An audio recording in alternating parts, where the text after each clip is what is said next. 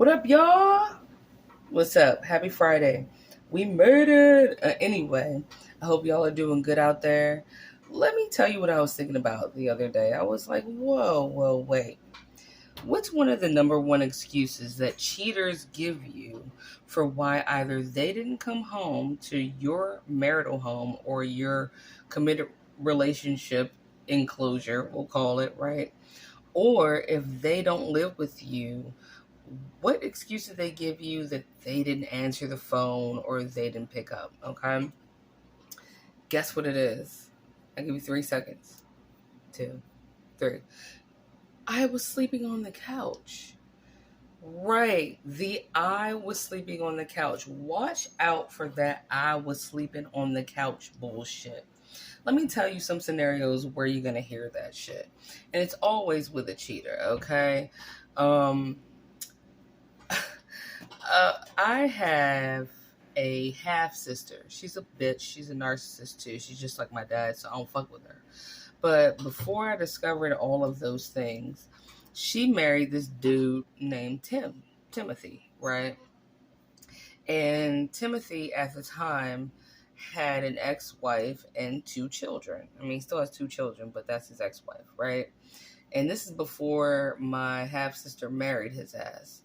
And he before he disappeared on her ass for like half a year, and she still married him, but he disappeared on that bitch for like half a year. Before he disappeared, he used to go and spend the night at his ex-wife's home. Let me give you a disclaimer. Now I have a 10-year-old and a 3-year-old, okay? I have kids. I have no shade against anybody with kids, but especially with cheaters and narcissists and shit, when they have kids with someone else, they will give you mad ass excuses as to why they need to stay at that ex person's home. Okay? The main reason they give you is, I have to see the kids and I'm not going to stay away from my kids. So what I do is I spend the night because I have to spend the night there for whatever reason, i.e. to see the kids, which is a bullshit ass excuse. Okay, if you wanted to see your kids, more than likely you wouldn't even be separated or divorced. You would have worked that shit out, unless that person was crazy abusive or cheated on you or whatever. But usually that's not the case. The case is always unknown. They never really explain the shit to you as to why them and that individual split up. The shit is always left to be ambiguous. Ambiguity meaning you don't really know what the fuck is going on, right? And they always give you that, well, I have to stay there for the kids. So when I stay there, I don't sleep in the same bed as them. I sleep on the couch. Right. You sleep on the couch in someone's house that you've obviously fucked more than 100 times over the course of however many years. And all of a sudden you feel the need to sleep on their couch so you can see your children, even though you have your own place where if y'all are that cool to where you can sleep on their couch, then obviously you guys can switch hit and the kids can stay at your place sometimes or at their place sometimes. Why the fuck, okay, are you sleeping on their theoretical couch? It's because they're not sleeping on the couch. Bingo, right? They're not sleeping on anybody's fucking couch. They are fucking. They are sleeping together. And even worse, to add insult to injury, to open your cut up with some tweezers and pour salt directly in that motherfucker, followed by rubbing alcohol, is that the bitch or the dude that they are sleeping on their theoretical couch knows about you and is in a secret competition with you because they feel like if I can still fuck them, then I'm better than you and I still got one up on you, even though you're not even playing the game. Ain't nobody sleeping on no couches. When was the last time you slept on a couch that was not yours? Huh? Was it in college? Was it in high school maybe? Was it in a friend's basement because that was their cool room as a teenager? Because otherwise, ain't nobody sleeping on no motherfucking couches. Okay? Really though.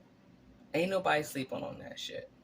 All right. So yeah, and so with my half sister, her husband Tim, before he was her husband, used to go over to his ex-wife's house and make it a point to let her know, hey, I gotta be over here. I can't answer my phone because I don't want to be disrespectful, right? And I'm gonna sleep here because I want to spend time with my kids and everything. So I'm gonna sleep on her couch. And he slept on that couch so much he ditched my half sister, who's a dumb bitch anyway. He ditched that bitch for half a year. She couldn't find him. She could not find him, and not only could she not find him, but when she did see him, he still had the gall and the audacity to go to the same gym that they met at.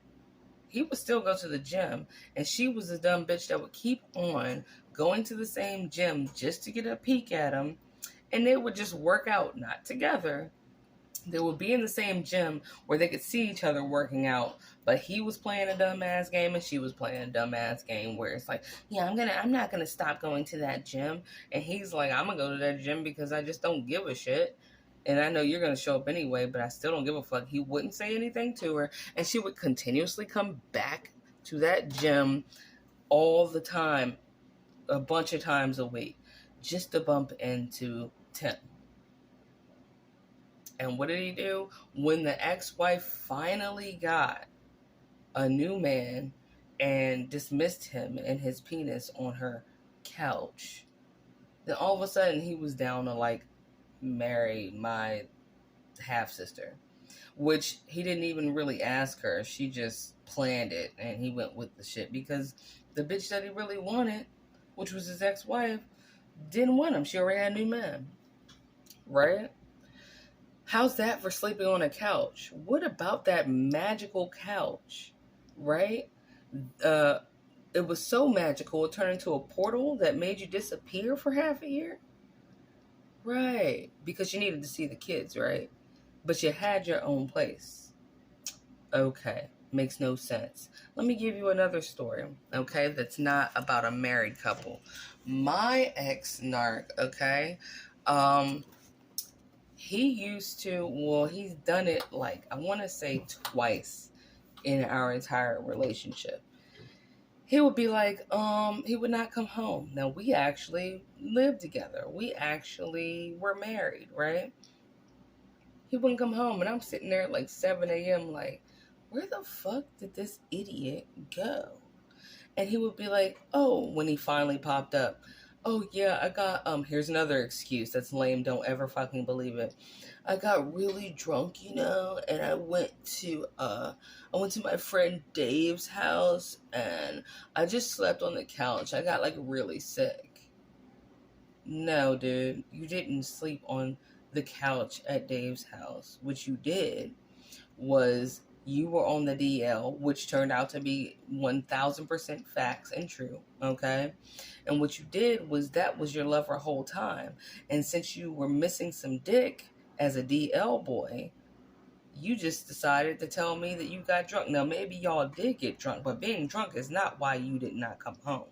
Because there are way too many Ubers and Lyfts and all this other randoid shit, right, that people can just pay to get the fuck home. Fuck it. If you can't beat feet and kick rocks and walk with no shoes or socks, bitch, your ass can pay somebody to take you home. Okay? So that was some straight fragger knuckle bullshit. That was some horse shit. Okay? You slept there because y'all were fucking and you went to sleep purposefully at his house. But not on his couch, boo. I have someone right now, not like literally right now, but you know what I'm saying, that validated that theory that I'm right without even knowing they were doing it. I know somebody that knows the both of them that actually kicked it with them and saw them sleeping in the same bed. And it wasn't on no couch. And this individual said the room smelled like ass cheeks and asshole, booty holes. Like, fuck Fruit Loops, even though they are Fruit Loops. Get it? But, nah, it didn't smell like Fruit Loops. I think we're gonna go with Cocoa Puffs or something, because that's doo-doo chocolate. They was in there smelling like doo-doo loops. They was in there smelling like booty hole loops. Mm-hmm. Right. So he wasn't sleeping on no couch. And then the one time where he came home from sleeping on this theoretical couch, because he had a lot of hair, which I don't necessarily appreciate in men, but whatever. And his hair was all wild and shit. I'm like, oh yeah, it was wild because that dude blew your back out. That dude blew your back out, right? Remember the snapback penis story I told you? He done snapped your pee-pee back to your butthole and blew your back out while he was doing the snapback, that Dennis Rodman. So, please, in the future, when someone tells you some weird shit like that they have been sleeping on a couch, never the fuck trust that shit. Anytime someone has an excuse as to why they did not make it home and it ain't because their flight got canceled, if you know what I'm saying, something serious, that's sleeping on the couch shit. No, baby, they weren't sleeping on a couch. They might have fell asleep on a dick. You know, they weren't sleeping on a pillow. It might have been a ball sack that felt like a pillow, depending on if they had rat balls or some fat chubby ball syndrome or something, but they were not sleeping on a couch. So the next time you hear that shit, and I hope there's not a next time, you bounce out and go ahead and let them go couch surfing. All right? Just wanted to put your hip to the game of yet another excuse that cheaters use to try to deflect from the fact that they didn't just not pick up their phone because they were drunk or anything. They couldn't pick it up because they weren't couch surfing. They were butthole surfing. And Butthole Surfers is a band, by the way. I don't know if you like their music or not. Anyway, maybe listen to some of the Butthole Surfers for fun. Love you guys. Happy Friday. And I will see you sometime this weekend. Okay?